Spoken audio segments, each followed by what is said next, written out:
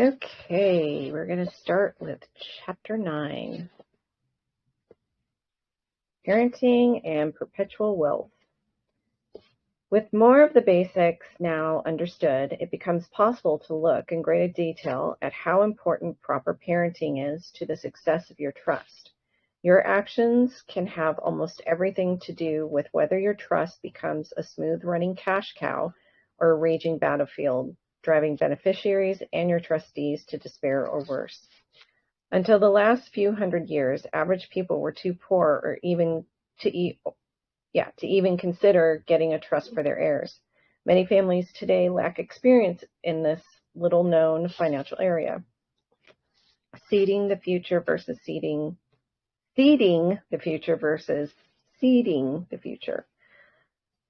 Since prospective donors of an inheritance are seldom inheritors themselves, they may not know what it is like to receive a large bequest. Thus, they are less likely to be familiar with the emotional, legal, financial, and tax aspects when an estate passes to the heirs. The prospective recipients are also in the dark about these issues. They bear the extra load of the responsibility to know how to take proper care of willed investments, income, property, land, etc. The result can be not only confusion, suspicion, and fear, but also when the actual event comes to pass, the heirs can be quite overwhelmed. This situation is further compounded by our society's phobia about death and dying, resulting in a little connection between the intention of the trust creator and the inheritors. Instead of clear, specific instructions regarding the who, what, where, when, and why of the bequest, we may find innuendo and hearsay until it is too late and the grantor is dead. It would be far better to know who gets what portion of the rental property or other assets, and what that means to the recipient while the grantor is around to question and debate, and especially to learn his or her tricks of administration and process of decision-making.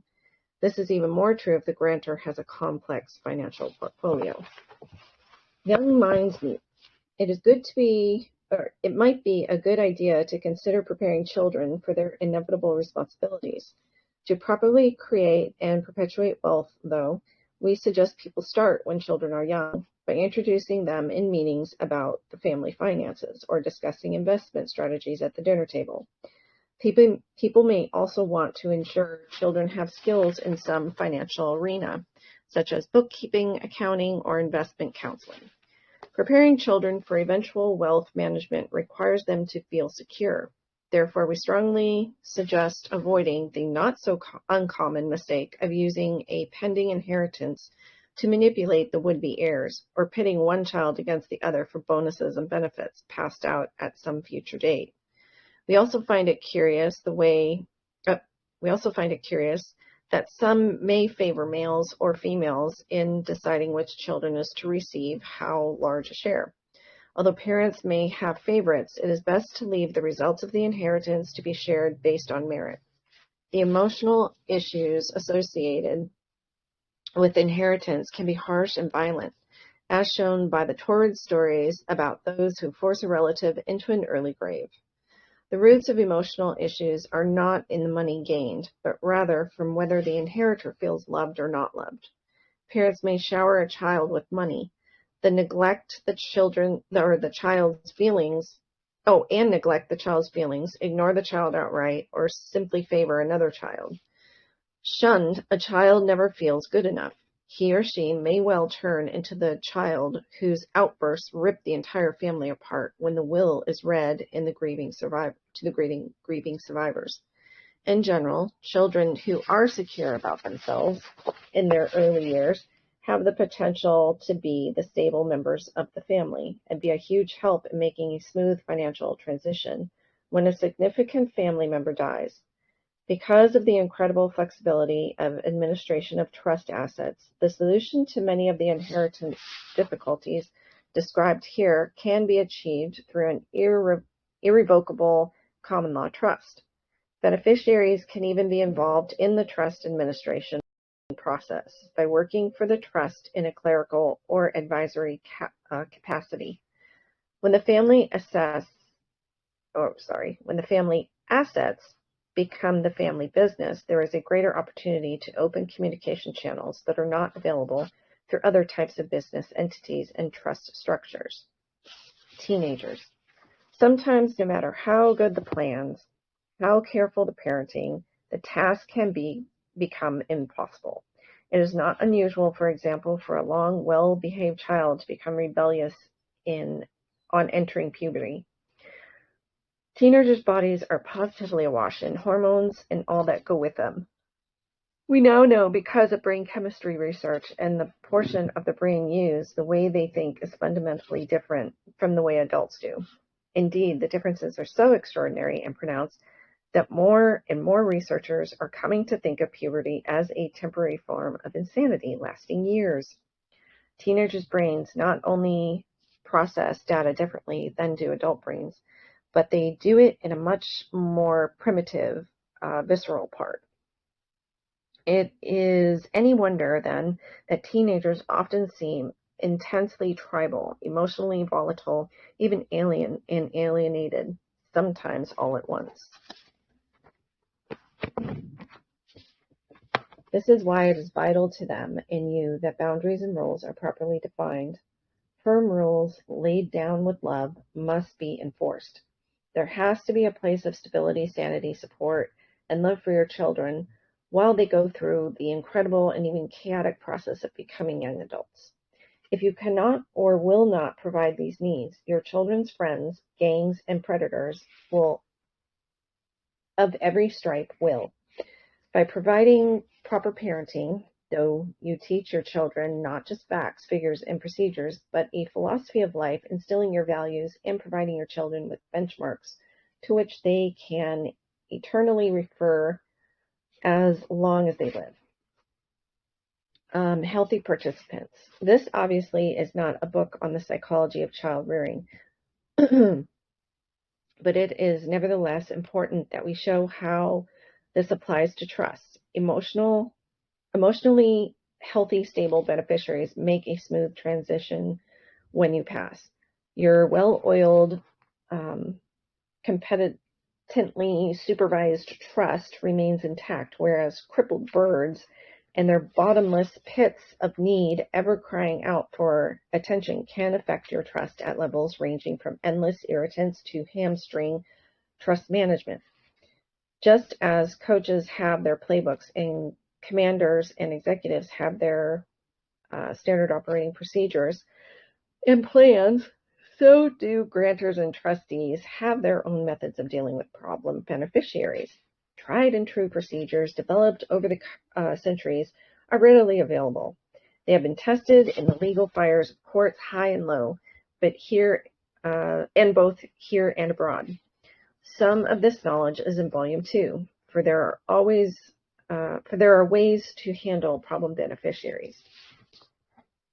Predictable, loveless lives. We have all heard examples of children who are the beneficiaries of great wealth, and yet their behavior is destructive. Here is an experience written by one of our trustees that takes us through one of those rich kid scenarios, and we now have added information about how to avoid this.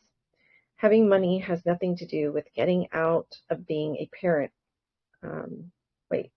Having money has nothing to do with getting out of being a parent as follows. In the right coin, good beneficiaries are not born.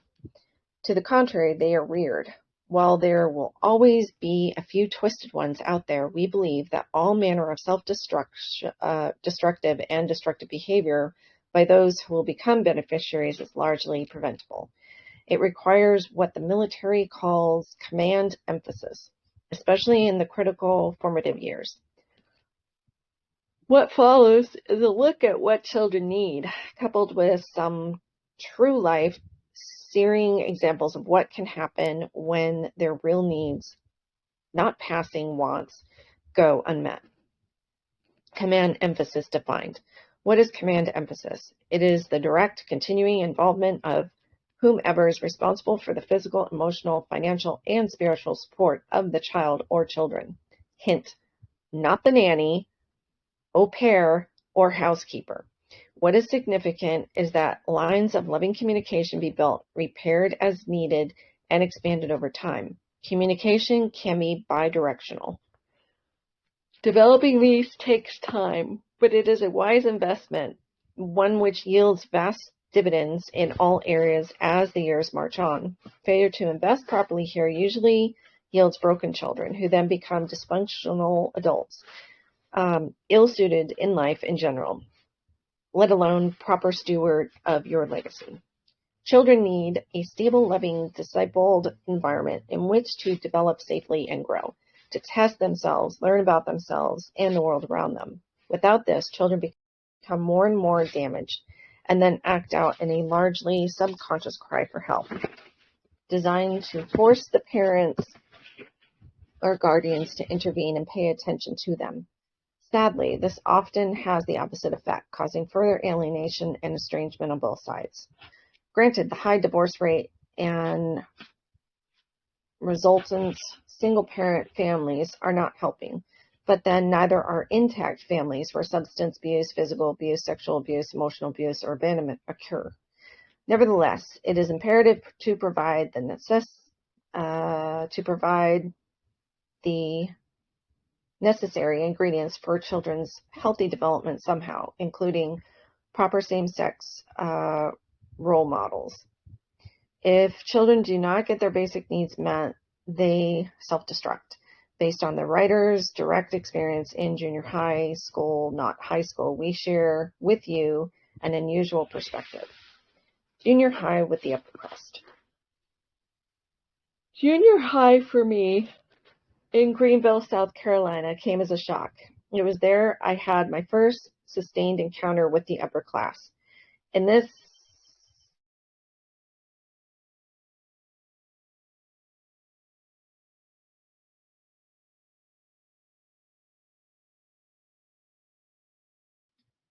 Did we lose Dawn?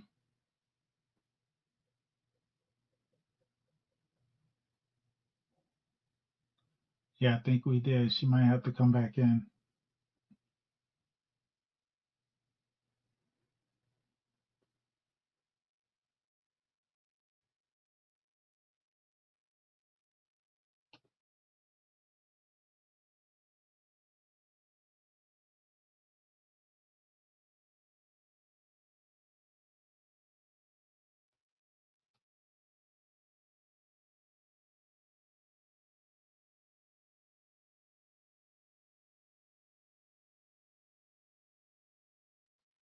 You there?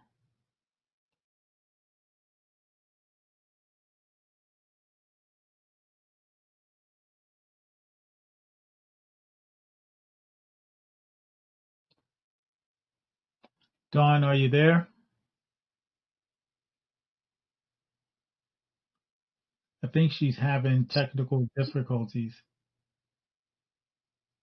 Yeah, she just dropped off. She's probably going to come back in. Okay, because I wasn't sure. Yeah, because she was reading talking about earlier, and brain then all of a sudden she just. chemistry, did the command, emphasis. Here we go, junior high with the upper crust. All right, well, Private Nobody, since you started the call, if you could just we're just going to have, I'm not rereading everything I just read, so we'll have 2 recordings up there. Well, But, what I can do is I can put them together, and it'll be oh, one. you can? Oh, okay. Yeah. Then I'll send you what I've got. Okay. All right, let's do this again. All right, you're already recording. Good. All right, take 2. Junior high with the upper crust. Junior high for me in Greenville, South Carolina came as a shock. It was there that I had my first sustained encounter with the upper class. In this case, the prodigy of the people who owned, presided over, and had upper management jobs in the fabric mills, a key part of the region's economy, or in law offices, accountant firms, suppliers, and the like, which supported them. I soon discovered that not only were they far better dressed than I was, firstborn son of 6 children of a defense engineer, and wired differently, but they did not operate in familiar ways. The girls were always immaculately turned out, complete with makeup, carefully styled, and haircut, the latest fashions, and looked like junior versions of the Stepford wives. The boys, naturally rougher and more boisterous, nevertheless wore expensive monogram sweaters, slacks, shirts, and penny loafers. The usual acne problems plagued some, and smoking seemed to be alarmingly common, especially among the girls. What was pervasive, though, was an atmosphere of class distinction, elitism, and outright snobbery, with some only mildly that way, and others blatantly so. These people ruled the roost, held all the important student positions, and lorded over the other students. There were a few work There were a few workarounds, notably academic excellence, by which you could gain some small status with them, and this, as we will see, ultimately worked to my advantage.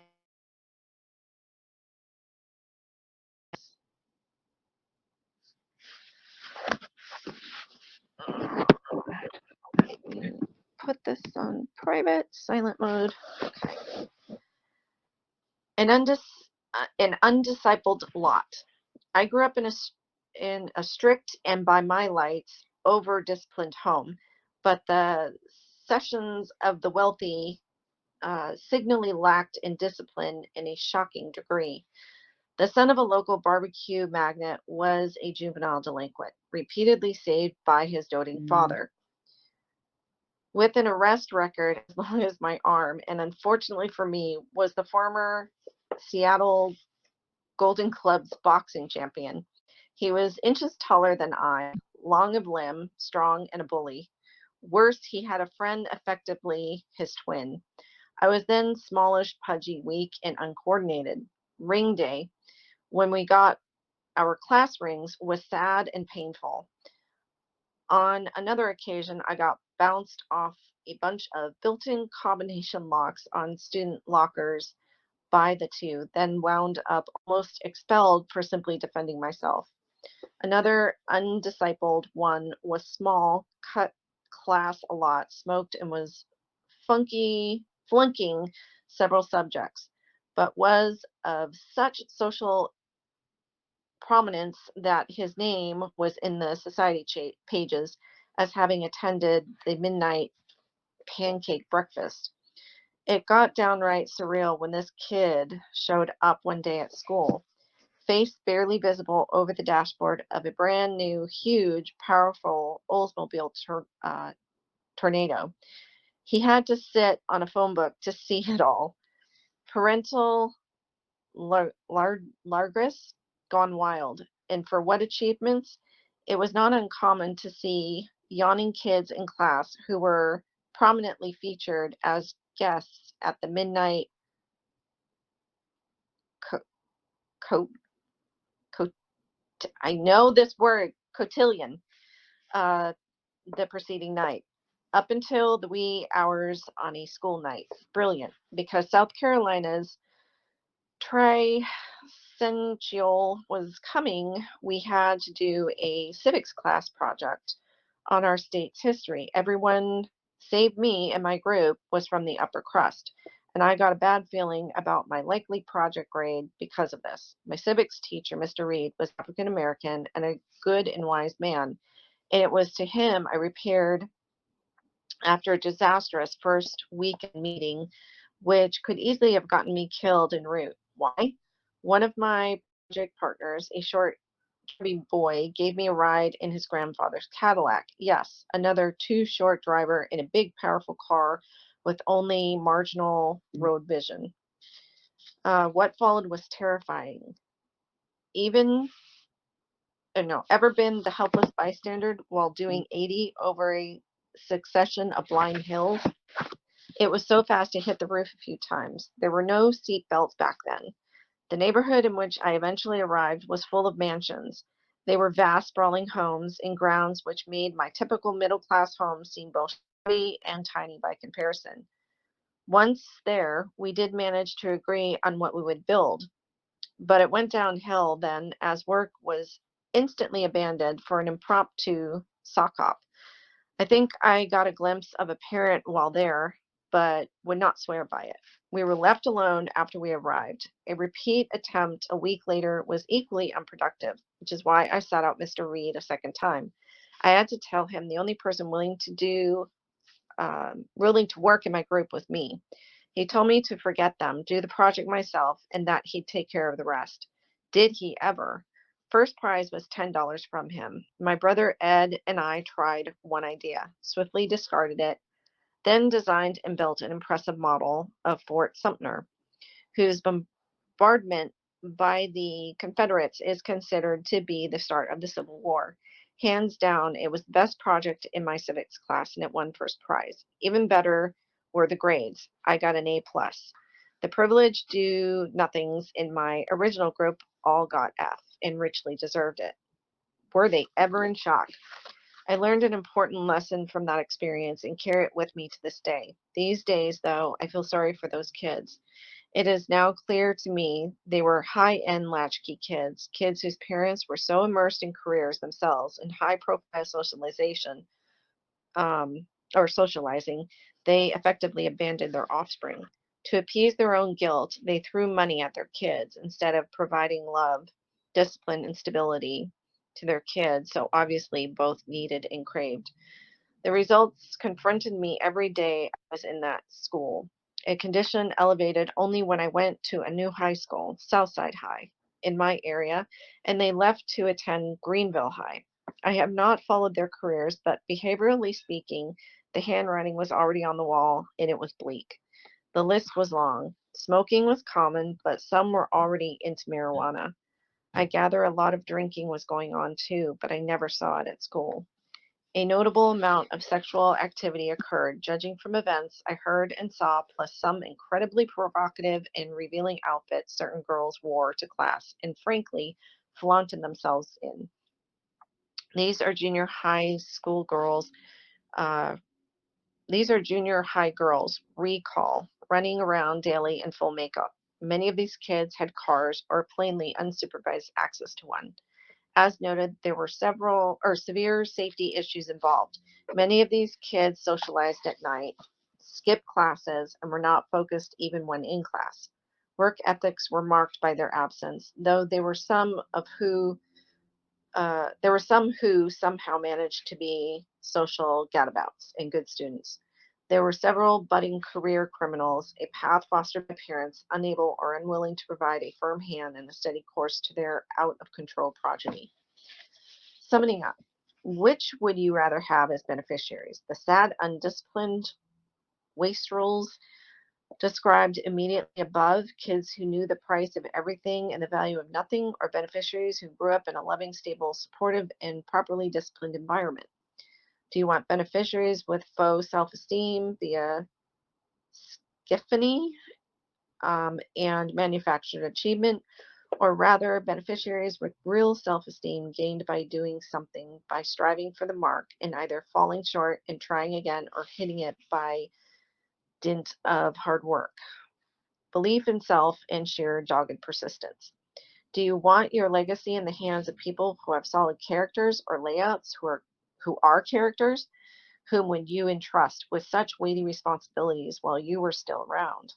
Before deciding, consider that many top leaders started at the bottom, working in the mailroom and the like before reaching the heights. Consider also that many who have made it failed as many as 6 times running before hitting it big. Finally, it might be well to take a look at the Bundeswehr, the Federal German Army. Officer cadets in the Bundeswehr go through an accelerated period, starting as privates, spending time as non-commissioned officers, and only then, if they work out, become officers. This gives them a much-needed perspective on how the other half lives, on the needs and problems of the soldiers they will one day command and potentially commit to combat. The choice is yours. Choose wisely. We recommend that you pay your children in the right coin, the coin of love, if you want healthy, sane, functional beneficiaries to carry on after your departure from this world. Properly nurtured and supported people do not need to create drama to get attention, whether from their parents or others, nor do they need to destroy the lives of others, being whole persons themselves. Okay, well, that chapter is all about brats versus kids who had to work hard to get ahead. Moral of this story is pay attention to your kids, don't ignore them. Or make them participate in satanic rituals, in which case fracture their psyche so that you can program them to be Dr. Evil, which is basically what they've done, where we're at right now.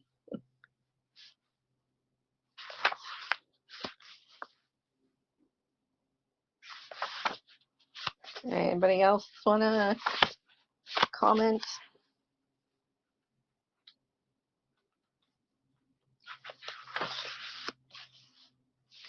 Okay. Then on to chapter 10. Power of distribution. We often hear that communism is evil. Sharing equally when not everyone puts in the same effort is abhorrent to the Western mind. The family unit, though, is based on shared wealth. The family wage earner or earners bring home the paycheck and share the buying power with the entire family. What could possibly go wrong with that? The argument against communism is that those who work harder should be more rewarded. We agree. This chapter includes rewards and incentives in the shared wealth environment. We take the same family principles and apply them to a larger group, for example, several families, and we now have a greater financial leverage. Shared resources have greater buying power and thus get the better deal. Bringing the idea up one more level, we have collective wealth distributed through the government programs, for example, Social Security and other federal benefits. When applied to the government, though, it seems the group power may be limited or even limiting. Benefits often have strings attached. For example, if you accept welfare, then a warrantless search can be used against you. When accepting payments from any source, there may be conditions. This also applies to accepting funds from any trust. Limits granted by the grantor often state they cannot be used against activities of the trust. In the Standard Oil Empire, for example, beneficiaries cannot invest in any enterprise that might decrease the oil domination. Building an army. The Board of Trustees learns quickly that those who get a dole from the trust are beholden to it. This leverage can marshal beneficiaries into a united group whose vested interest protects the trust. Experience shows the mere investigation of a charitable trust produces a strong reaction from the beneficiaries, generally in the form of lawyers for the affected charities. Impoverished relatives. Often the bane of better off family members, needy relatives who just cannot make it on their own can, through the trust, receive a regular stipend. This gets them both off your back and off your fret list. Should their needs increase, they must go to the Board of Trustees rather than to you to argue their case. If you struggle with your conscience because you believe if you help them, you will make them more lazy, and the challenges of life are for them as well as you. Get out of denial. Some people are not cut out for making it in the world. It is best if they are put into a place where they can work for the greater good of either humanity or the family. The trust picks up the bill, even if the only cash flow to them is a couple $100s a month. Besides that, with a constant cash flow, even that little, they may just get on their feet. After all, it is less for them to worry about, and life just may take care of the rest. We suggest that people take a different look at the potential of family members and perhaps use them as assets. Even if the only talent is house cleaning, It is of value to any family to remove the load of the mundane, anxious, and jealous. Because we review trust documents, we note that death sometimes presents an ugly issue about who will inherit, and we have even reviewed trust documents created when the grantor wished to disinherit relatives. What is astonishing about these documents is they set up a dark scenario. The entertainment industry writes grand scripts based on this one premise. People are generally aware of how a will or trust is written can determine who lives or dies. Thus, this aspect of distribution needs to be more thoroughly looked at. If you're better off dead to others, maybe you should redraft your plans to distribute your wealth. Some now, with more later, would be a good beginning. Of course, if you do not have much to begin with, this solution does not apply. This is one of the reasons some choose to use an irrevocable trust, since death has no effect on the trust.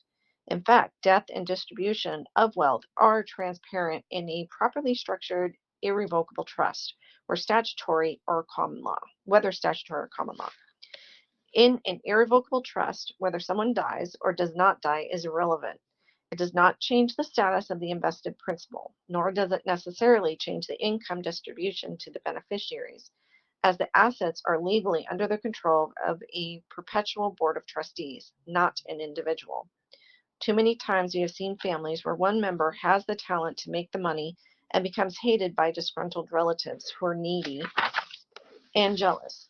It only makes sense if one member of the family has a gift, there must be a way to harness it for the benefit of all.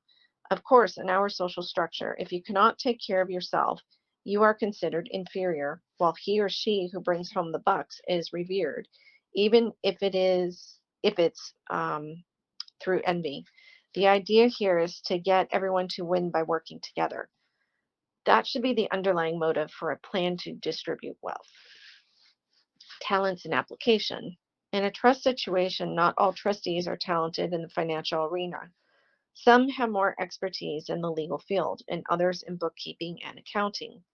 Those who are known as the bean counters are often too timid when it comes to taking monetary risks. Better in the back room, they can do wonders with various financial reports. Even in this scenario, we can see that we have our gifts and need not chide those who cannot cut it in the business world by making millions. There seems to be a sixth sense for those who accumulate millions, and not everyone has it. When a trust group finds that magic man or woman who can multiply the assets, at least part of his or her ability to encircle or enlarge principal should be shared with the entire family. Here is a distribution event that did occur, although it was not within the context of an irrevocable trust. In one family, the husband died and the wife inherited thousands and maybe even millions. She took her entire family on a world cruise, creating long-lasting memories and deepening the bond between them. Do you want to build a fortune or keep it? Or do you want to hoard it for yourself? Do you want to build an army of support? What more could you do if you had powerful support? That is exactly what distribution procedures do. You may be grumbling about all of this and say, not everyone deserves such a break. Well, those who are ungrateful just do not get as much, do they? That is why the trust capital units are distributed minimally at the beginning of a trust. Let the beneficiaries prove themselves. In fact, you can make up all kinds of challenges for them. For those younger, they can earn trust capital units by getting better grades or devoting time to trust business. For those older, they can make some overall contribution to the family or provide services to other members. For the rebellious, we have all sorts of ways to straighten them up. A pursual through IRS Publication 1754 lets you know that a distribution can be given to a beneficiary without any money included.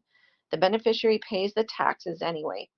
That usually sobers up the more unwilling to comply. Let the IRS hound the disobedient for a while. Just the mere threat of it should get the desired results. We know of no other agency that can cause the heart to stop in fear. We might as well make good use of such talents. We discussed broad spectrum distribution in Chapter 25, where wealth is distributed not only to one's immediate family, but to another trust. That trust, in turn, shares the wealth with a different trust. A diagram can be found in Appendix D. For those who are interested in getting into the nuts and bolts of distribution, we devote an entire chapter in Volume 2 to the Trust Certificate Register and the TCU process found only in the common law trust structure. Although it may be a mind fry to grasp this more esoteric way of handling shared wealth, it will be to your great advantage if you choose to go.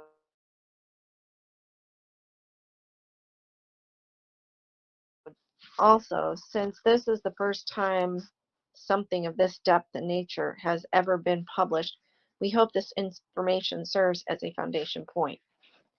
Control of beneficiaries. With distribution comes control. Where cash flow makes a significant impact on the recipient, the power or its misuse follows. Because a board of trustees is made up of more than just one person who can take advantage of the situation, we hope to prevent domination games. Should the distribution be the major financial support of the beneficiary, then the trustees may elect to use gentle guidance and incentives to encourage greater involvement in education, healing modules, or spiritual endeavors. In most cases, the Board of Trustees does not get involved in any type of interference with someone's life. The funds received can be used as the beneficiary chooses, except where the use may be contrary to the trust indenture. In a common law trust situation, though, inviting beneficiaries to a Board of Trustees meeting can be much to everyone's advantage. Here's where great bonding among trust members can occur. One more thing.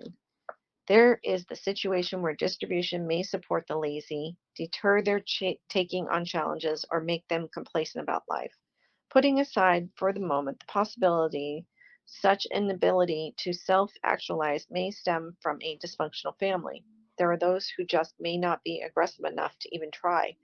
We have a situation where a beneficiary received only $100 a month, enough to help her pay her rent. Unfortunately, the trust giving the 100 fell upon hard times, and even this small amount was stopped. Over time, it may have been the beneficiary over time, it may have been the beneficiary had gotten herself into an overall better situation where she felt supported, or perhaps the loss of the 100 provided a keen incentive. Forced by this new circumstance and desperate to keep her apartment, she went to her boss to explain the loss of the 100, made it impossible for her to remain where she lived. In response, he made other arrangements at work and reorganized her commission structure.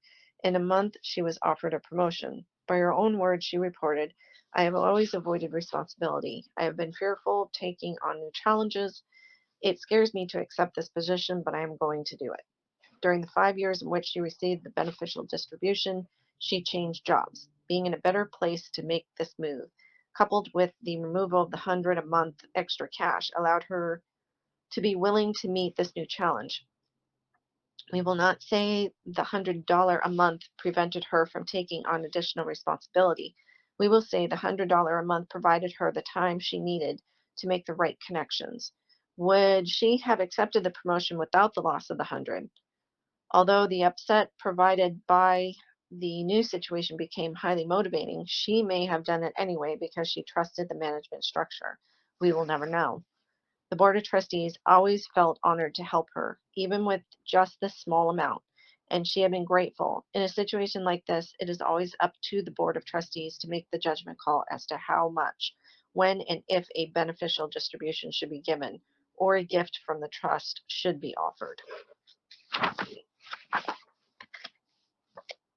All right, anyone want to comment on that short chapter?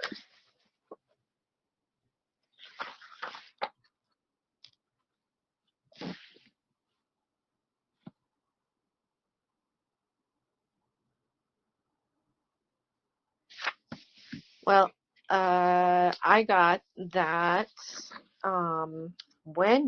if you have a business and you build a trust, that it is important to stipulate in that trust that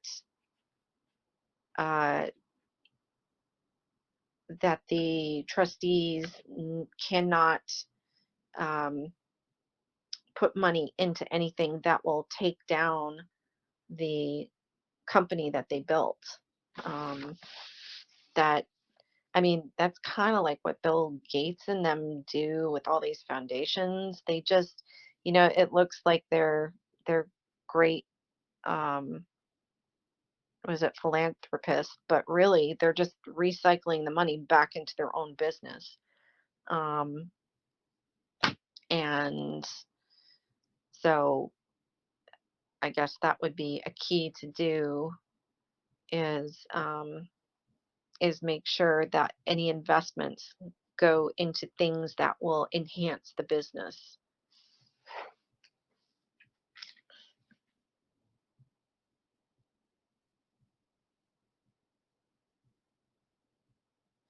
And then the irrevocable trust, if you're worried about being killed by your kids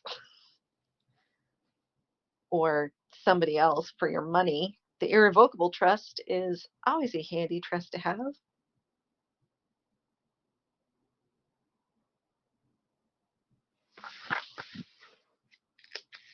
Well, it becomes revocable once you die, doesn't it?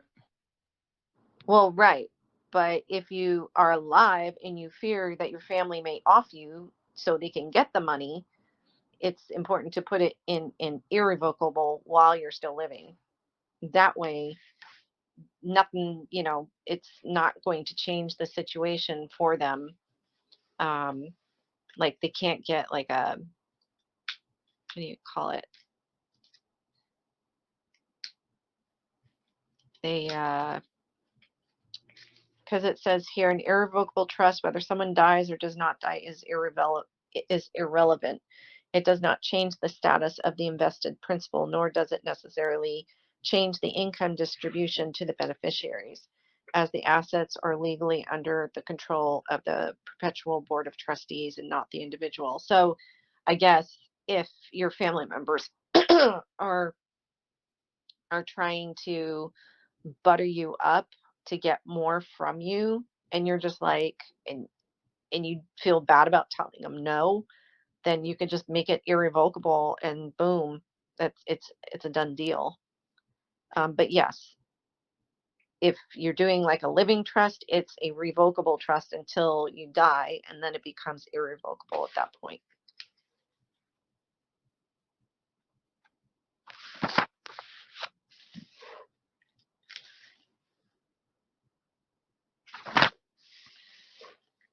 Okay.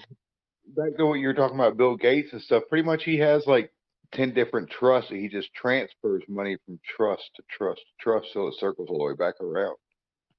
Yep.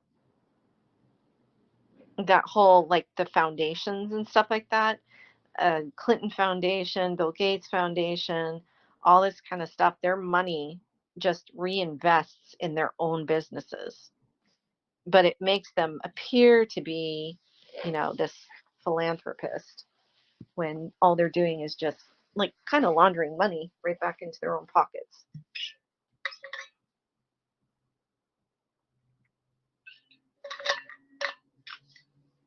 They turned us all into monopoly. Yes, exactly. All right, hang on just for a second. I gotta see. Someone kept calling me.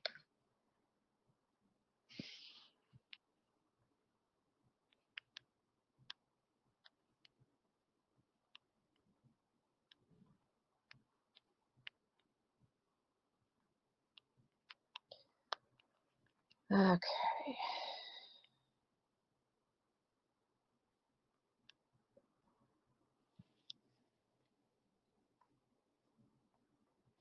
All right, here we go.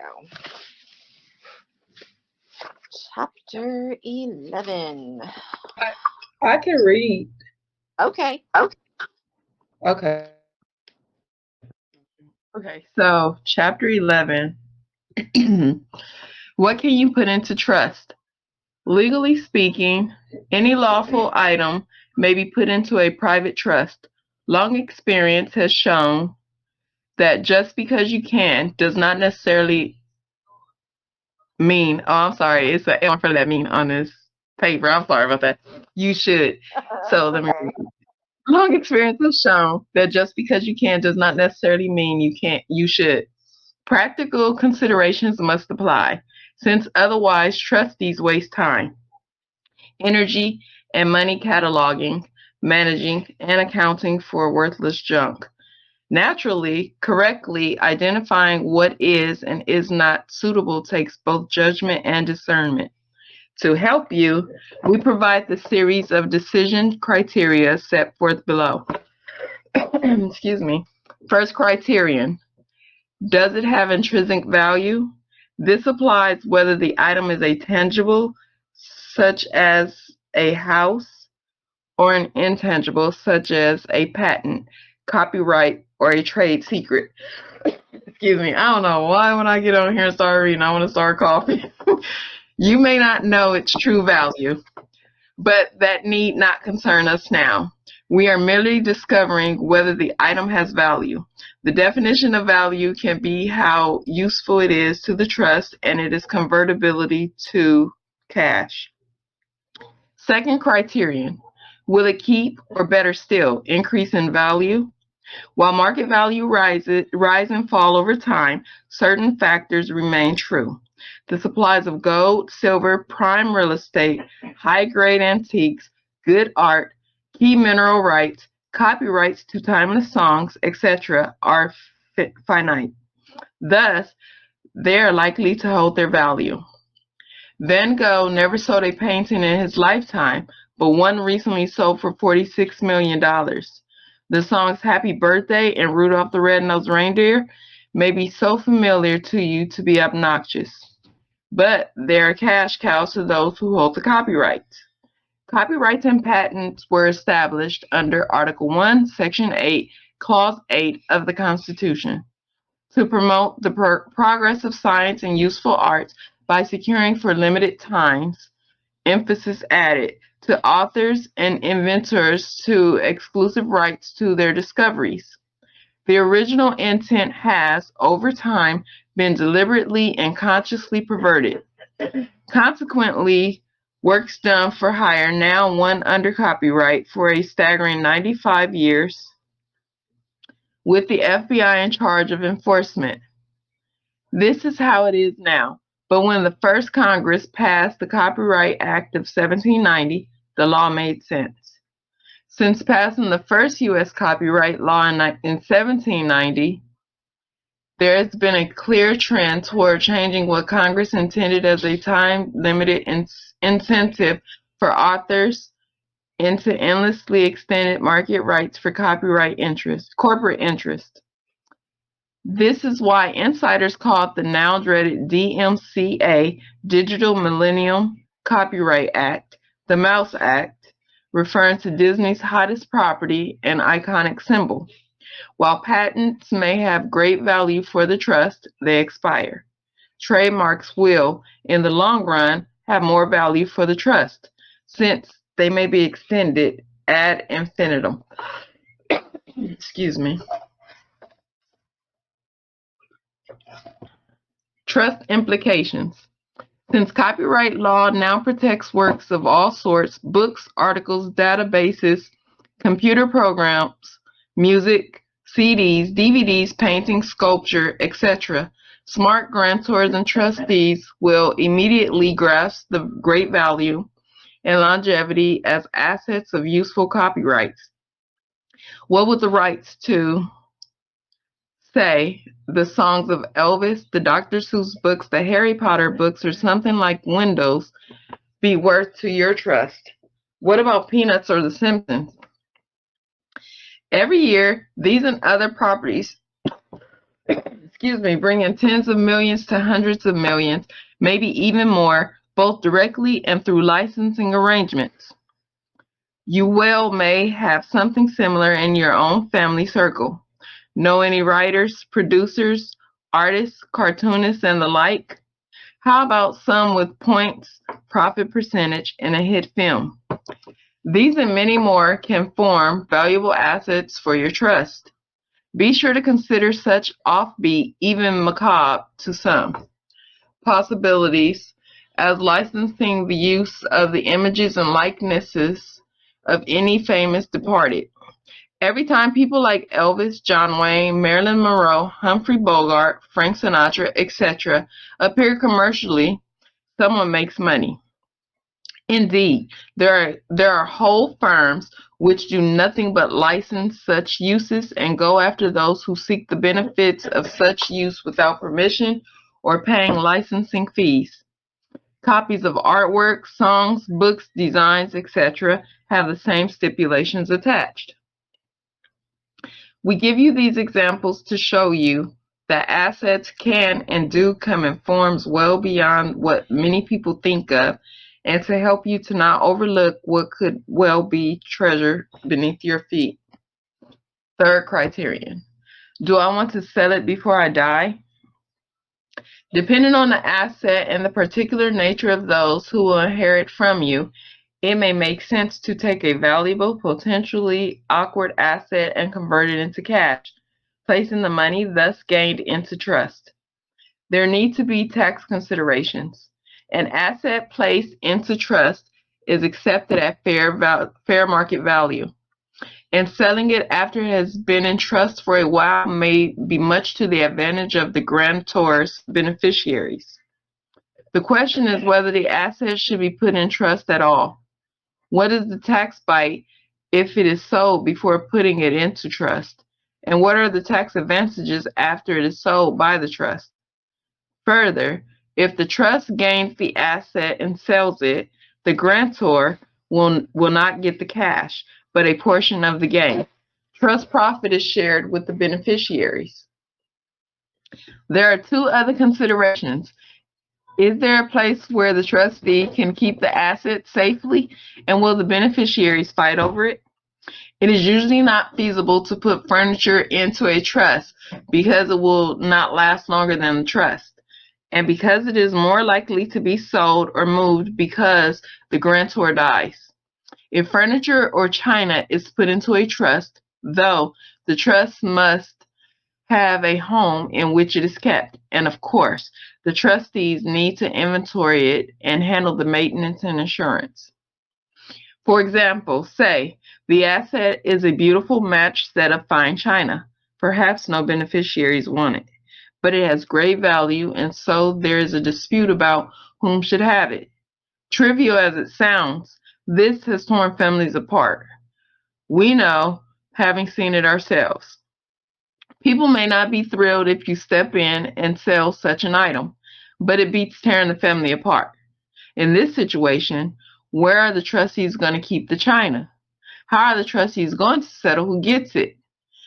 If it is transferred into trust and there is no separate home in which for it to stay, then it needs to be sold quickly.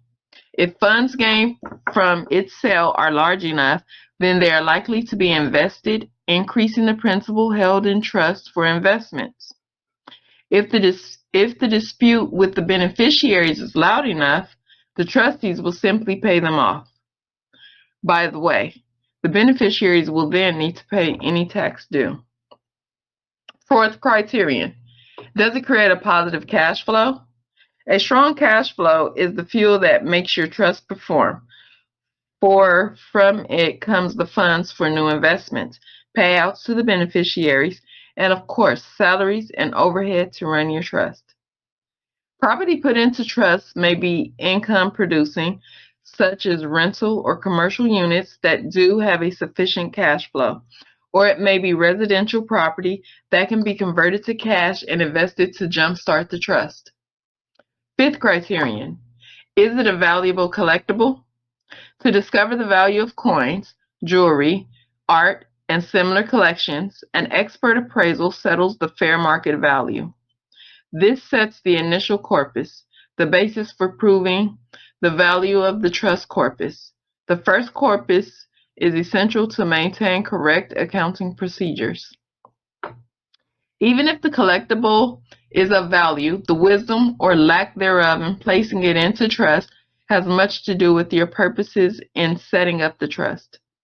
Is your prized collection only an interest of yours, or do any of your future inheritors share the same passion? If yes, then you may want to give the collection as a gift. If it is valuable, historically significant, etc., you may wish to place the collection into trust, with the condition that it be kept in one or two designated places. The trust bears insurance, maintenance, and security expenses. As a grantor, you may also decide what you want done is to keep a painstakingly assembled collection and even build on it after your death. This is why we have the massively endowed Getty Museum in Southern California, which is a trust.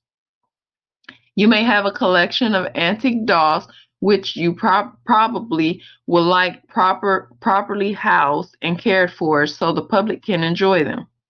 You may have one of the best collections of drivable antique cars in the world, as Jay Leno does, and cannot bear the thought of its piecemeal dismantlement after you pass. If so, you may wish to set up a trust to house and protect your collection of history on wheels, or perhaps create your own museum for it. In this case, the cash flow in the trust must be substantial to care for the cars, with enough left over for beneficiaries. Otherwise, they would demand the assets be sold so they can get their fair share. As an alternative, the trust could loan the collection to a museum. This could result in a tax deduction for the trust and transfers the insurance expense to the museum. Sixth criterion. Do my beneficiaries want to use it? Prime examples of assets meeting this criterion are recreational property, ski lodge, beach house, ranch, etc., planes, helicopters, cars, even motorcycles and hang gliders. Assume the cash flow supports keeping these assets. The cost of maintenance now becomes the trustee's responsibility. Non-ownership provides legal protections. For example, you do not own it. It cannot be seized, and you are not responsible for the taxes. Neither are the beneficiaries. Here is a more specific example. The Kennedys have long had a fabulous family compound in Hyannisport, Massachusetts, held in trust for the family's use. This became important after the Chappaquiddick Bridge. You got it. Okay, wonderful. Incident. According to Brent Johnson of American Sovereign magazine, Ted Kennedy was sued by the parents of the drowned Mary Jo Kopechne, I think. Okay. The established facts, excuse me, are that Ted Kennedy owned neither Hyannisport, his home, nor his personal car. In Brent Johnson's account of a settlement, he states the parents received $30,000. In another account of the settlement, it is stated at $1 million. Whatever the truth, the result was the major Kennedy family assets were protected. We do not have the exact details of how the trust is structured, but it is most likely Senator Kennedy drove a leased car and the homes were each held in a separate trust with nothing to gain. Any lawsuit resolved itself quickly. Ted Kennedy is said to have taken an oath of poverty, and it is on file. Legally speaking, he is a pauper. Seventh criterion. Can the asset be converted to cash, or does the asset produce a cash flow? Rental property meets this criterion and is one of the favorite items to put into trust. The problem with this lies in managing the property. Will the trustees now be responsible, or will the grantor stay on and work the property? Will the management company take on the task? It is another matter, though, if the rental property bought at market peak used an adjustable rate mortgage and the demand tanked while interest rates soared. Can the rental payment still cover any mortgages, taxes, and fees due while leaving enough for maintenance and improvement costs? If it seems the property may become costly or is running in the red, it is best not to put it into a trust, unless a financial or tax advisor tells you otherwise. Good art, though, be it paintings, sculpture, drawings, folk primitive, tribal, or what have you, belongs in trust, to be both enjoyed by your successors or, if needed, sold to care for your beneficiaries and their needs. Registered assets. When goods registered with the state, for example, vehicles, are subsequently exchanged into a trust, it holds the registration in its name. Usually, property transfers easily into a trust. Once placed there, though, we do not advise taking out a second mortgage. If you plan to refinance your home continually, do not place it into a trust. Unless the trustees own the mortgage, the property will need to be taken out of trust and put back in the grantor's name to refinance. This takes time to take the property out of trust and place it back in his or her name. Sometimes there is often a time crunch. The complications of taking property in and out of trust sometimes make it impossible to do within the window available.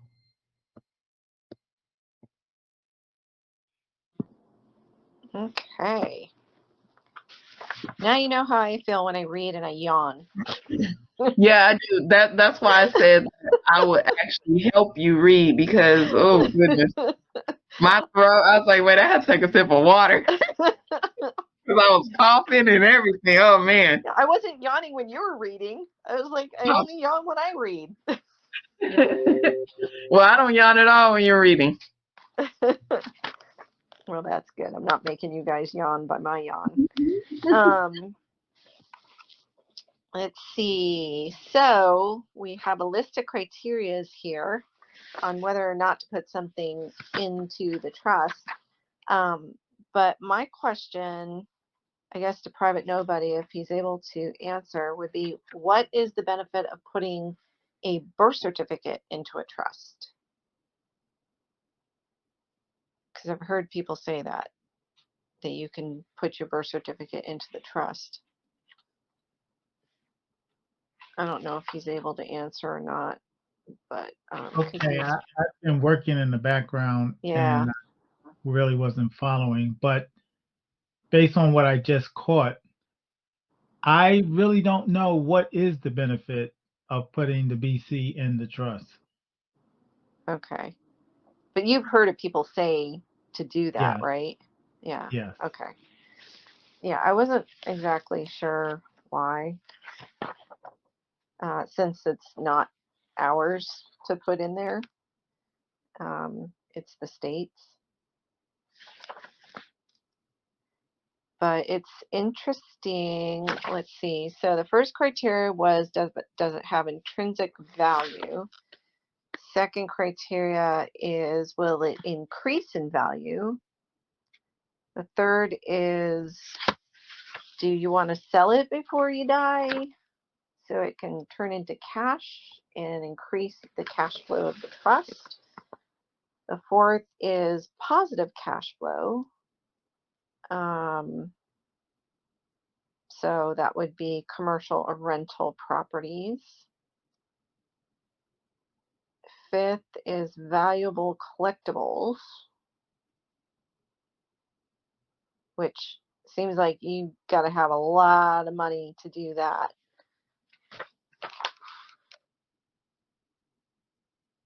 But in a way, you can. Well, does the Getty? I'm trying to think if they charge to. I know that the tram. There's a charge for the tram to get up to the museum, but I can't remember if there's like an actual charge to get into the museum. Can't remember. But usually with museums and stuff, it's such a low itty bitty fee that they charge. So not enough to kind of keep everything going. Unless, would a museum be able to, if it was put into a museum, would, like, how do you make money off of that? That to me seems very weird. Because you would need enough money to keep it flowing, unless other museums can borrow and then they pay you for borrowing the paintings or whatnot.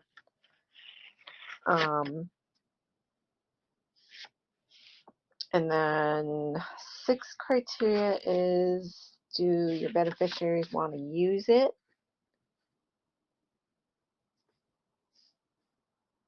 And 7th, can it be converted into cash? Or does the asset produce a cash flow?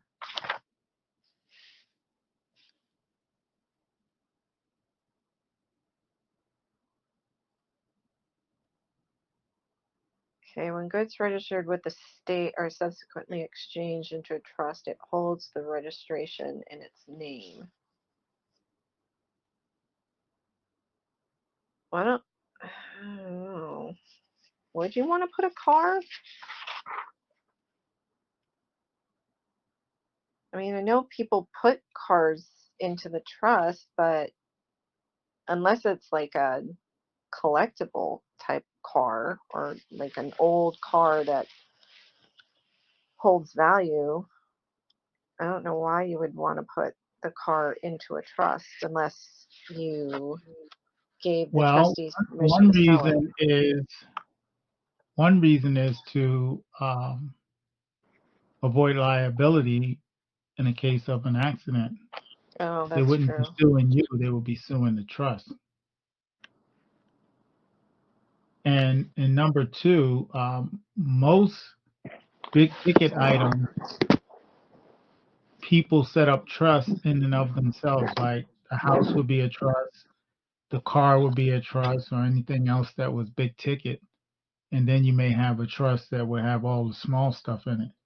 That way it'd be harder to attack the whole Right. estate. So if you put your home,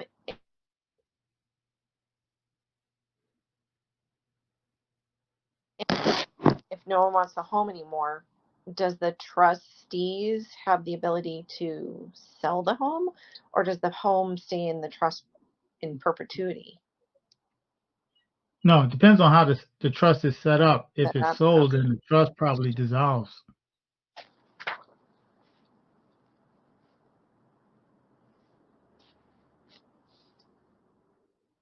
So if someone, okay, so like the Harry Potter stuff, um, that can be, as long as you don't sell the rights to the book, that can be put into a trust, correct? Yes.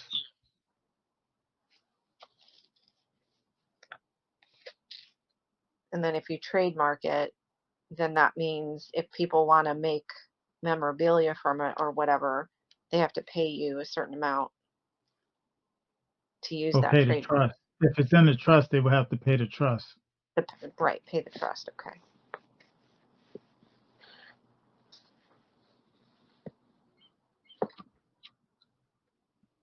Yeah, that Ted Kennedy thing just kills me every time. It's like, you're never going to be put in prison because no one is ever going to go against the Kennedys, the dreaded Kennedys. So he basically got away with About what? nothing when he killed that girl, Oh, um, Mary Jo. yeah, I remember that. That was so frustrating because they took him to criminal court and they're like, nope, it was an accident. I don't even think they did manslaughter. Um, and so they went after him civilly, but like they said, oh, I'm a pauper. I don't have anything. It's the trust. I'm super rich through the trust, but it's the trust. Like Rockefeller said, own nothing, control everything. Everything. Yeah.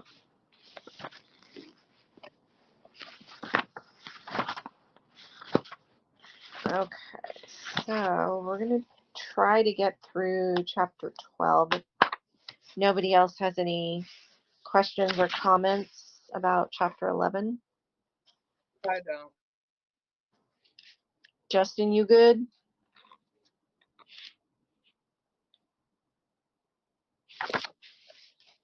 Okay.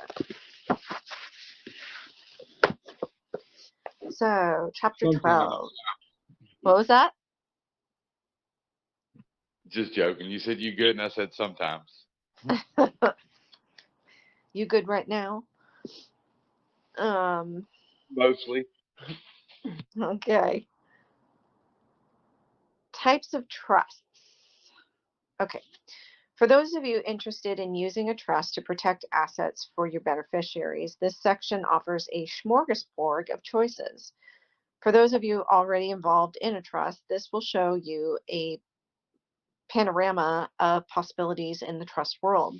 Because we do not claim to know every trust type, we can only hope that this section gives you a working knowledge of the subject. Much like a tailor helps you select fabric, measures, and fits you for a fine garment, the next 3 chapters will help you discover what trust most suits your particular set of needs.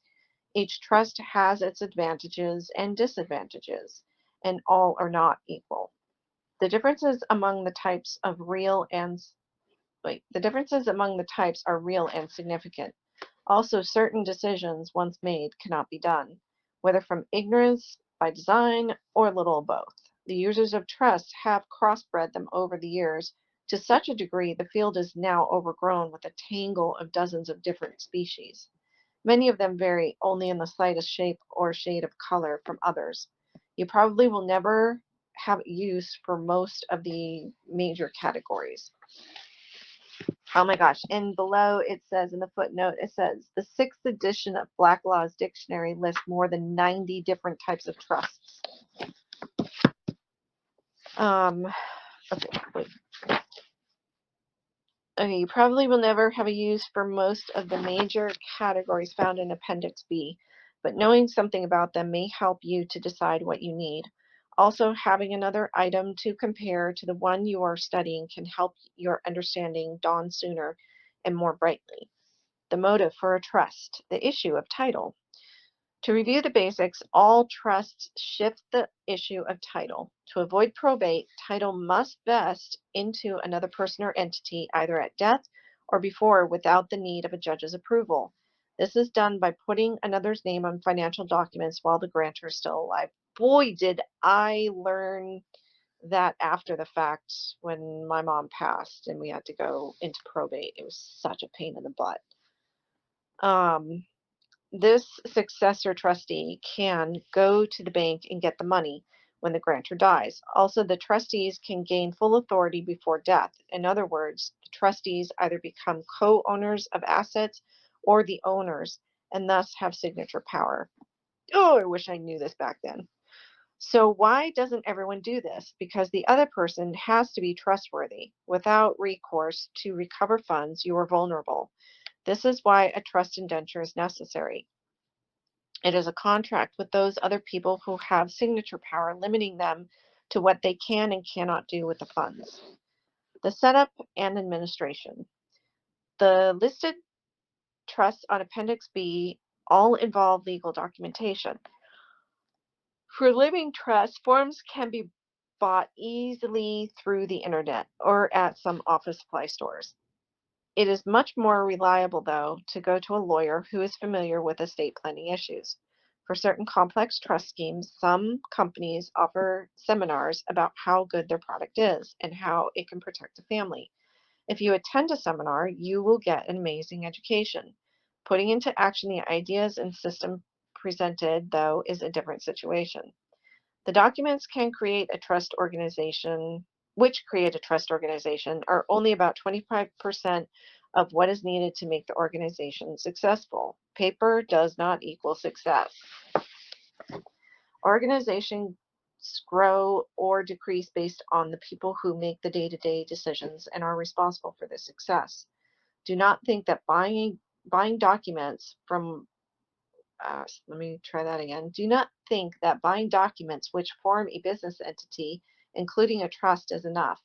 Only knowledge administrative ability, and connections with the right financial, accounting, and legal people will allow your organization to succeed.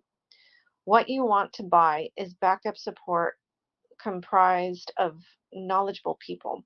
They can either take the responsibility to provide correct legal and accounting advice or train you so your organization has the best advantages possible in this complex world.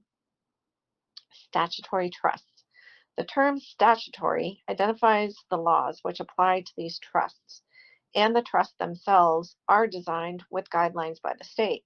What the state makes, it can also change or revoke. Also, on a day-to-day human level, many statutory trusts are created and managed, or both, by individuals licensed by the state, lawyers, banks, CPAs, and others, who are subject to state-imposed limits on their operation. Usually, these limits are determined by their allegiance to the state and a fear of state and federal taxing authorities. Trustees who are lawyers or accountants who do not follow the mandates of state authorities risk their license revoked. Sometimes this can be good, as there are many necessary laws about trust. The other side is they owe their loyalty to the state, and at times there can be conflict between what the trust needs and their priorities. Testamentary trust. A will can set up a trust. The will states the names of the trustees and the assets, with a description of the purpose of the trust. Usually, a testamentary trust is not too complex, and the directions to the trustees simple. After probate, the trust approves the trustee selected or appoints a trustee.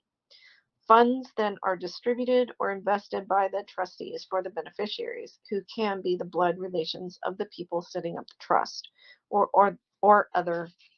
another organization. Living trust. Probably the best known garden variety trust is the living trust. Its name comes from the Latin inter vivos, between the living, and means that unlike a testamentary trust, it takes effect while both the grantor and beneficiary are alive. Usually the grantor is also the trustee. As shown in Chapter 1, Figure 1, the grantor creates a living trust when he or she transfers financial accounts and assets to the trust name, and authorizes signature power for the person who will take over the administration on the grantor's death. For example, if on the bank account for the living trust, the grantor's name is J.B. Watkins and the trust name is J.B. Watkins Family Trust, he or she allows the son or daughter to co-sign on the account. When J.B. Watkins dies, the successor trustee already has signature power, and so there is no need to go to probate court to get a judge to give permission to the bank or other financial institutes to release the funds. Hold on, gotta take a drink. After the death of the grantor, the trustee gets an employer identification number, EIN, or trust identification number, TIN, or the trust, and assumes responsibilities for the taxes. At this point, it becomes an irrevocable trust. You may be surprised to learn that in the United States, this most common of all trusts is available only to U.S. citizens. What? Despite the living trust name and seeming difference from the testamentary trust, each of them distributes its assets after the grantor trustee's death. As a grantor trust, living trust is revocable. That is, the grantor may change his or her mind and change or revoke the indenture. For that reason, it does not protect the grantor from tax liability on his or her income. A living trust could be written as though it is irrevocable, though common use does not follow that pattern. We mean, except for where the grantor can be or change a trustee, the details of a living trust should consider, while the grantor is alive, the irrevocable nature of the living trust after the passing of the grantor. The following is a summary of the living trust. Bullet point 1. This form affords no asset protection against liabilities incurred by the grantor. If sued, all the assets can be seized as a result of a judgment or tax lien. Bullet point 2. Beneficiaries can be liable for income taxes on distributions made at the termination of a living trust, unless its final beneficiary is a state-approved charity. Bullet point 3. It is a large step up over a will since it protects the beneficiaries from the time, expense, and vagaries of probate court, but only if its terms are not challenged by any beneficiaries or other potential heirs. Bullet point 4. Unlike the irrevocable trust, a living trust is not considered a business and cannot operate one. Assets from a business can be put into this trust, though. For example, a printing press could be put into a living trust to be sold as part of the trust assets after the grantor's death. Bullet point 5. Filed in the county descriptions of its assets and identification of its beneficiaries are matters of public record. Thus, con artists can target the beneficiaries. The revocable or simple trust. Although revocable and living trusts are the same, we separate them for clarity. One of the few major differences is that the revocable trust can be managed by trustees, while living trusts are assumed by taxing authorities to be run by the grantors. Created by a grantor, revocable trusts hold legal title in the assets placed with a trustee under the name of the trust. The trustee administers the estate. The grantor may be a co-trustee. If the trustee is not the grantor retains the right to terminate the trustee and change the indenture. Through the trust indenture, the beneficiary receives equitable title to benefits from the trust that may or may not be exercisable during the life of the grantor. This means the beneficiary has the right to petition a court of equity for redress, should the trustees fail to perform as needed after the death of the grantor. Some revocable trusts require the beneficiary to agree to termination before the trust can be ended. Despite the obvious disadvantages of the revocable trust, it does allow an owner of real or personal property to pass legal title to someone else. The second person then assumes responsibility for protecting and expanding the assets, relieving the grantor of management duties and liabilities. This single fact alone justifies its existence and offers some people increased peace of mind. Clearly, though, its benefits bear little likeness to those available from an irrevocable instrument. By the way, for all revocable trusts, the beneficiaries have the right to see the accounting records back to the beginning of the trust, when the grantor handled the paperwork. The successor trustee who takes over the trust on the death of the grantor is responsible to produce the accounting records on the request of the beneficiaries. Irrevocable statutory trust. The tax benefits can be impressive, and the asset liability protection is noteworthy for an irrevocable trust because you, as the grantor, give a percentage of your personal assets to either a trustee or a board of trustees. This trust needs to be seriously considered before moving forward. You may think that a wife or brother can become a trustee of an irrevocable statutory trust. Thus, you, the grantor, believe you remain in control of the funds because of this close relationship. In Title 672 of the Internal Revenue Code, though, there are strict rules concerning who can and cannot be a trustee. The rules are designed to prevent close family members from acting solely on your behalf. It is assumed they are more likely to neglect the beneficiaries, the people they are hired to represent and protect, in favor of your wishes. There are some circumstances where this close relationship is allowed. We address these in Volume 2. One irrevocable statutory trust, known by some as the term trust, can be used for a 10-year period to divert income from you to your children, because your children is in a much lower tax bracket than you. This can often be a great tax advantage. Just with this information alone, it is easy to see why there is interest in the estate planning vehicle. For an extensive list of irrevocable trusts, see Appendix B. All irrevocable statutory trusts can allow other family members to put their assets into the same trust. For example, perhaps the grandparents would like to transfer a mutual fund into an irrevocable trust set up by their son-in-law for their grandchildren. With irrevocable statutory trusts, there are complex issues about taxation and gifts which the Board of Trustees must handle. You need to consult with professionals if you feel this is a better way to handle your finances. Before we go any further, because we're going to go through a lot of trusts here, does anybody have any questions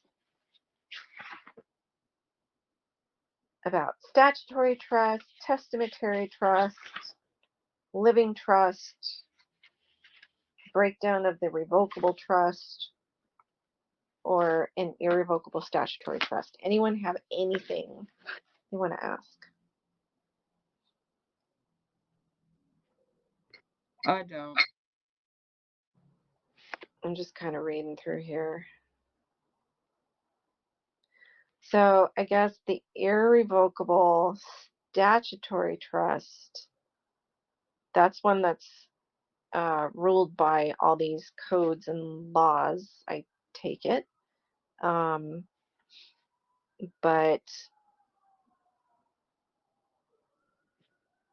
is it saying, so say the father is the grantor and makes the wife the trustee, the restrict rules considering who it can and cannot be a trustee. Okay, so I wonder, can the wife be a like a co-trustee, and then them have like an outside trustee as well?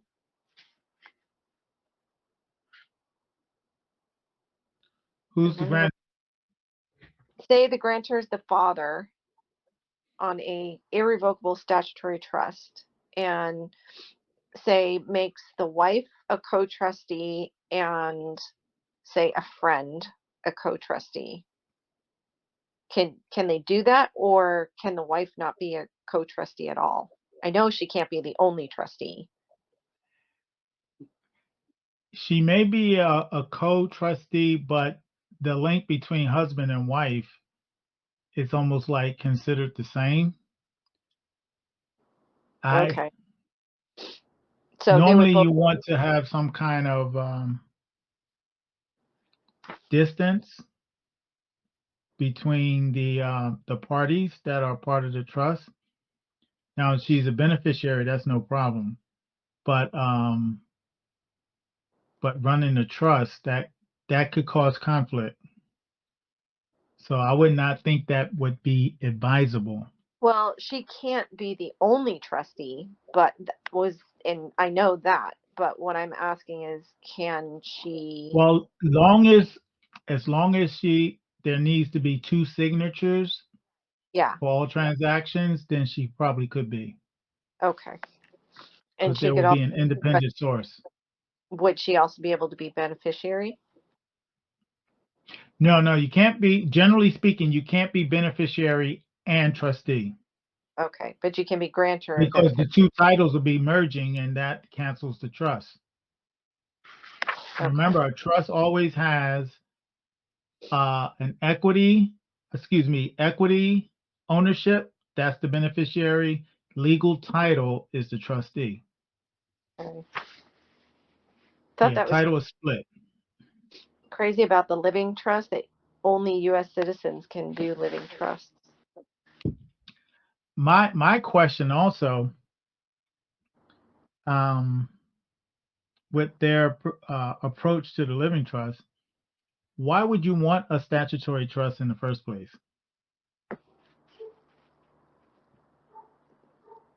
Well, the statutory is the one that's controlled by all these laws, rules, and regulations, right? Exactly. And that's the one that's controlled by government.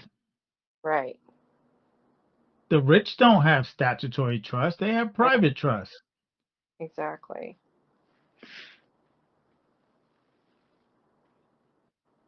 Now, I would never advise anybody to do a statutory trust because then the government has control. Yeah, the term statutory identifies the laws which apply to these trusts, and the trusts themselves are designed with guidelines by the state. Yeah, the state has their pretty little hands in there.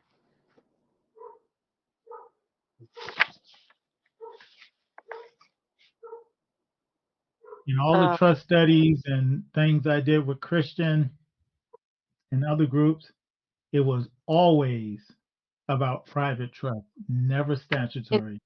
Does that fall under common law, the irrevocable common law trust? Yes, it's considered common law. It could be a pure trust, which is still common law, and that their authority comes through the Constitution, where the state does not have ability to impair contracts.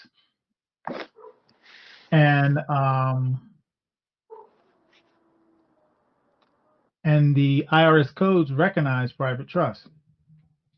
They recognize as foreign trust. So when you say foreign, you can always say it's private also, outside of the jurisdiction of the United States. So the testamentary trust that they're talking about is just a will, right? It's a will, and it's almost a form of a living trust. May not be exactly, but it's very close, likened to a living trust. Right. Okay, because it just says a will can set up a trust. The will states the names of the trustees. So it's almost like the testamentary trust is just like the diagram, the instruction manual of. Well, you can almost look at it like the trust indenture. Yeah.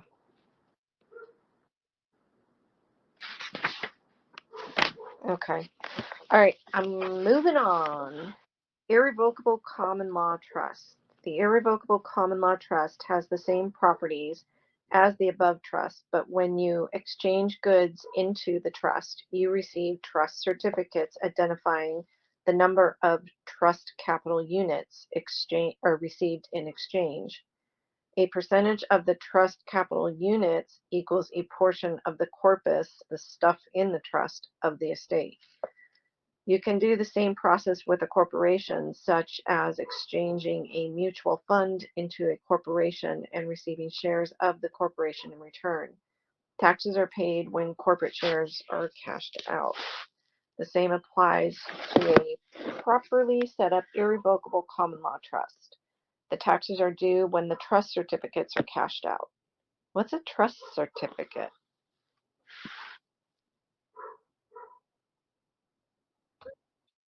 You often seen trust certificates and pure trust. It's almost similar contrast to corporate certificates or shares. Uh-huh. It's very similar to that. It's like a share. Oh, okay. All right. Many people can exchange goods into the same trust. This means once the trust is set up, other people, usually in the family, can exchange their assets for trust capital units. The common law trust is thus a more complex system. There is also greater flexibility to allow for asset separation. The trust certificates have value when the corpus of the trust is sold. If you hold 30% of the trust value at the time the trust is dissolved, then you will receive 30% of the payout of the trust. If the trustees use the initial corpus to multiply the assets, the trust can be worth millions. This means the value of the trust capital units increases. Further, trust capital units control the share of profit when the Board of Trustees decides distribution.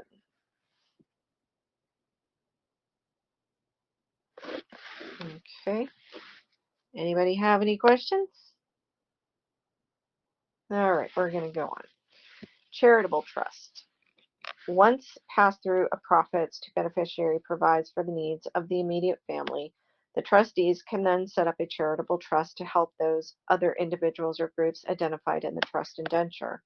A charitable trust needs to have a specific theme or purpose, and the money thus distributed to organizations cannot be used to benefit the grantor or his or her family. These trusts are pass-through organizations like the domestic trust, set up in one of the several states. There's a little footnote that says Commissioner of Internal Revenue versus Logan. No tax is assessed on the conveyance of property to a corporation because the exchange constitutes a tax-free trade and exchange for an unknown realized gain or loss. Tax-exempt status. This charitable trust can generate funds through its own investments and then distribute profits to various organizations. To receive funds from other organizations and contributors, this charitable private trust needs to have a recognized tax-exempt status, so its donors can receive tax credits. The charitable trust can receive a distribution from other trusts and pass the funds into other organizations. If the family trust adds to its certificate register the name of the charitable trust, then it receives a K-1 distribution along with all the other trust capital unit holders. In this case, the tax-exempt status is not needed as the family trust is a pass-through organization. Wait, these K-1 numbers, most businesses have, wait, am I thinking of the wrong one? Don't most businesses have K-1 distribution stuff, or am I thinking about their EIN? Okay, so these tax exempt status things, this would be like the Clinton Foundations of the world, the Bill Gates Foundations of the world, all these other foundations, correct? I caught the tail end. Could you repeat that? The tax exempt, like under the charitable trust, these tax exempt statuses, these trusts would be like the Clinton Foundation or the Bill Gates Foundation or these other foundations, correct? A charitable organization and a trust are different. A charitable trust, yeah, that's a different definition from a charitable foundation. Oh, And okay. I forget offhand the definition of a charitable trust. It's not like what we would think it to be. Okay. I'm just thinking because like a business were to set up a charitable trust, they could just filter that trust money and those tax exempt statuses back into their own companies, I would think, through their own investments into their like legit companies that are for profit. Because it says Okay, the trust can. this is what oh, excuse me. This is what I got a quick definition. Uh-huh. A charitable trust is a way to set up your assets to benefit you, your beneficiaries, and a charity all at the same time. A charitable trust could offer many financial advantages for philanthropical-minded individuals with non-essential assets such as stocks or real estate. That's funny Yeah, because so that's why I knew it was definitely different from a charitable organization. So it okay, allows you to benefit the beneficiaries and a charity all at the same time. a charitable trust does? or a charitable Yeah, organization? charitable trust. Okay, because this says a charitable trust needs to have a specific theme or purpose, and the money thus distributed to organizations cannot be used to benefit the grantor or his or her family. Well, they must have different formulations of charitable trust. Hmm.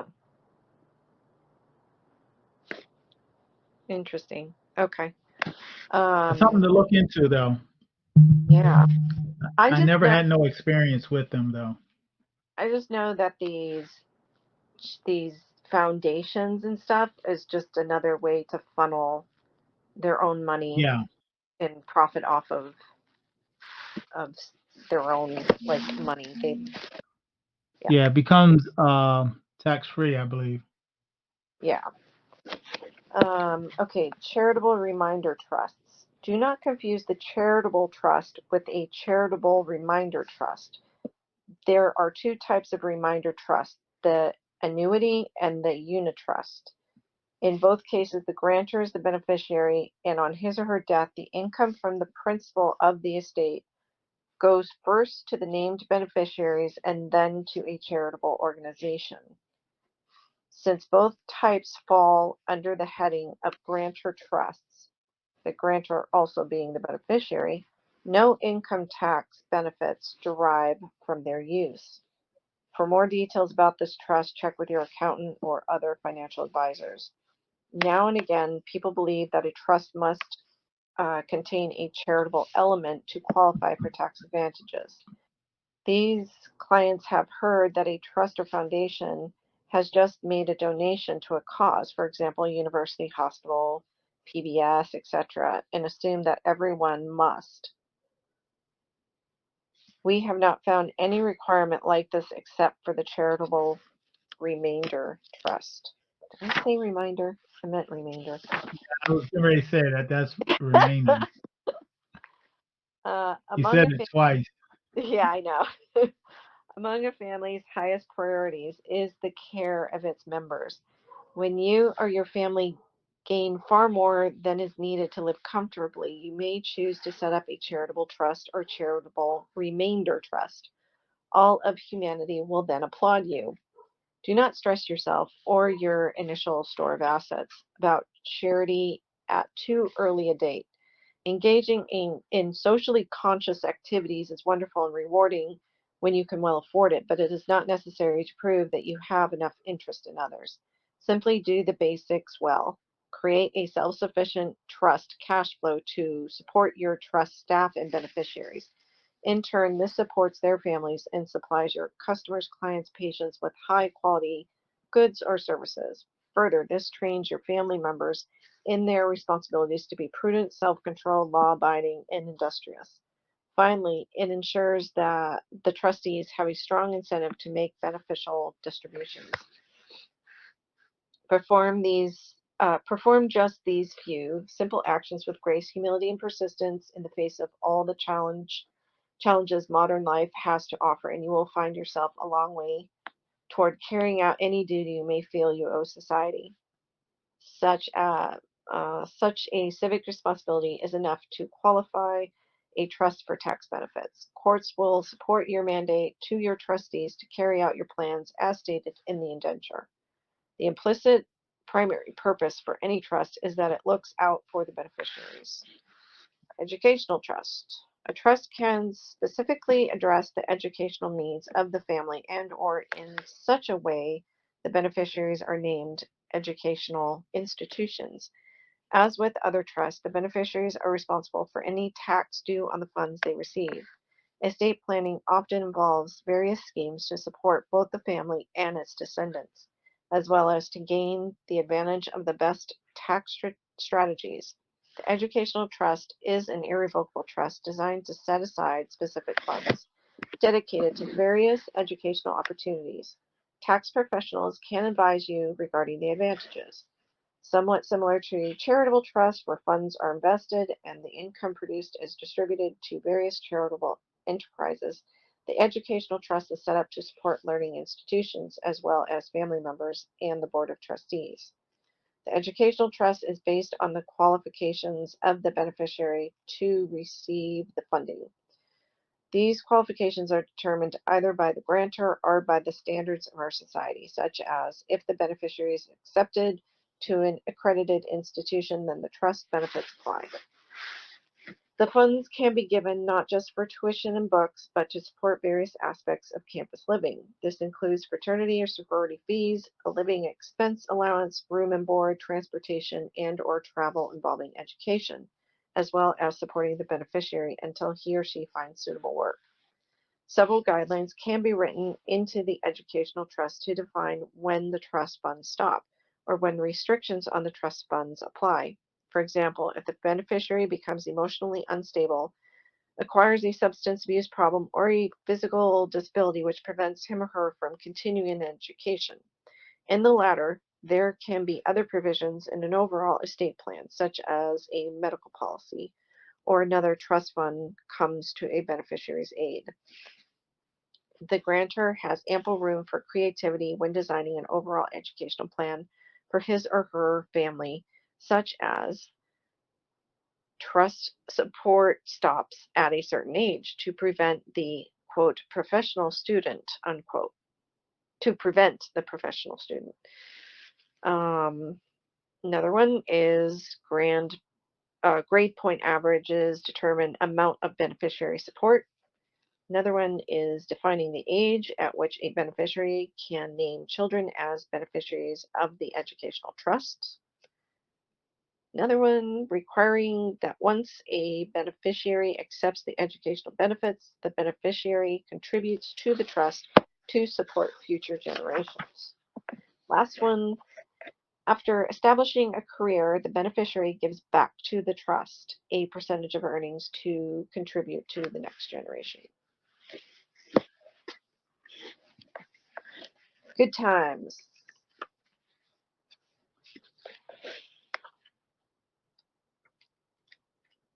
Okay. I think that's as far as we're getting on this one. That's good timing. Yeah, got through a lot, although a lot of those chapters are super short. But the next chapter is like, yeah, that's going to be interesting. The grantor trustee, the independent trustee, the adverse trustee, and the dummy trustee. Get to learn about trustees. Trustees in the law. Wait, what? Oh, I think they screwed up. Oh, yeah, they did.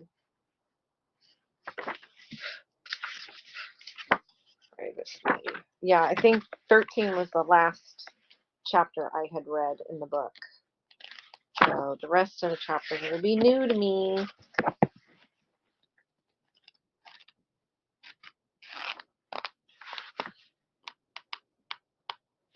What did it say to go to Appendix D?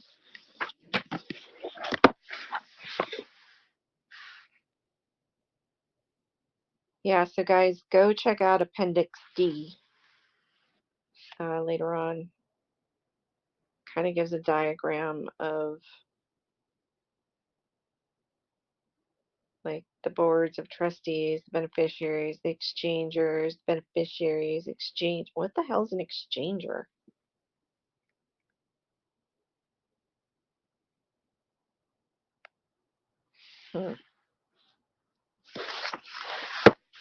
You see changers a lot of times in pure trust,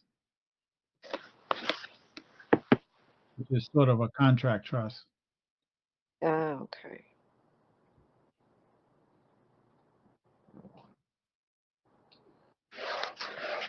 Okay. Well, until Friday then.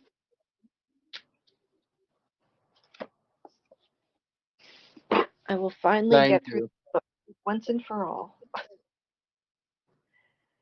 You're welcome, Justin. Thanks for popping in.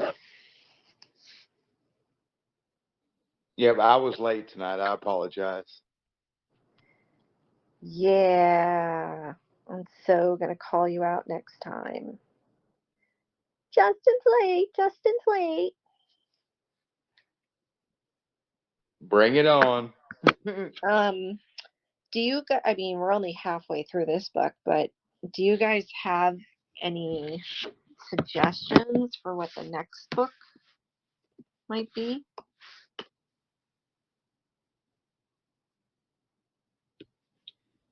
Um,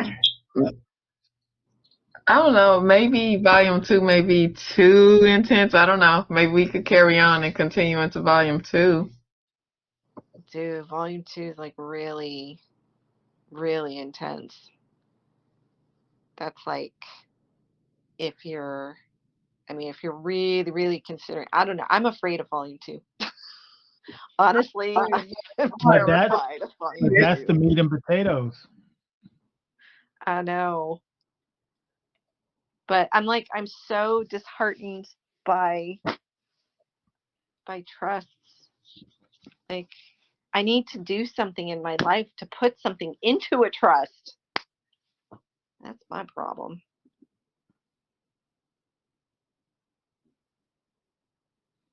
I don't know. I kind of want to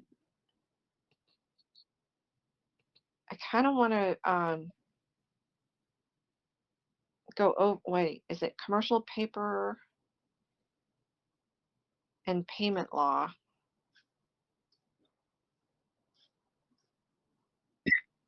That'd be a good one too, because then I was thinking creditors and their bonds. Yeah. Because we're going to get into court and stuff like that. I need to read up on just civil procedures. Yeah, I think we all need exposure to that because eventually we will all have our day. Mm-hmm. Yeah. There's jurisprudence of equity,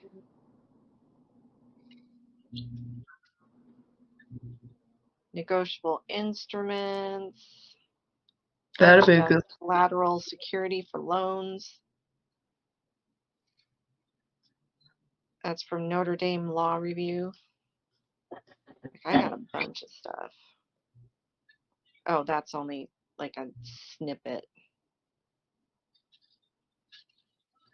Yeah, I haven't even heard of most of those books that you just mentioned.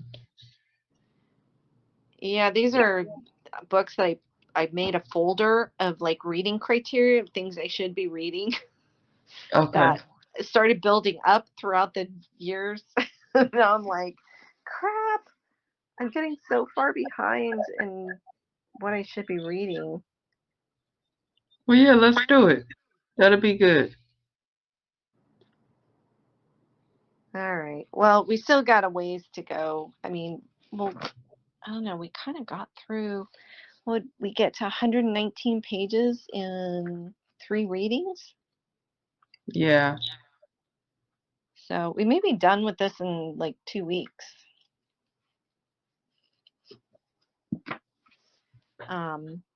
But yeah, I'll put out like a list of books, and then we can all do kind of a consensus on which one we want to read next. But I definitely need to do this. I mean, banking is way too advanced for me right now, but I do want to kind of dip my toe into negotiable instruments and figuring that out. Yeah, and you know what? It's funny you mentioned that too because I was just thinking like, maybe I could start looking up something on like the remittance coupons and the negotiable instruments. I was just thinking about that for the past couple of days. Yeah. Because I really want to learn that process, you know what I mean? The correct way and not just what is being thrown out there Yep. over the internet. Exactly. Yeah. And again, I'm not trying to make like a gazillion dollars, I'm not trying to hit the lottery. I just if it's their obligation, then they need to be paying it. I'm done Exactly. taking the liability Exactly. for something that I didn't even know we were being pushed into. Right. Especially since they bully our parents and us into, signing over our children's rights to them. Yep. So, yep. And Crazy. they're taxing us at every turn and every corner to make us so poor that we're reliant upon them. Right.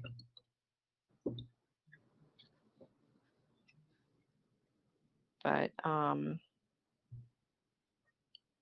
hey, Private, nobody, I know you're totally swamped right now. But have you maybe finished that first page of the steps, or maybe just the A and C portion of it? I'm getting antsy over here. I'm basically 3/4 the way done with the video. There's some areas that I got to go back and edit based on something that happened on the last time I did something like this, Yeah. and it backfired on me. Ugh. Oh, you want to stop the recording? Okay.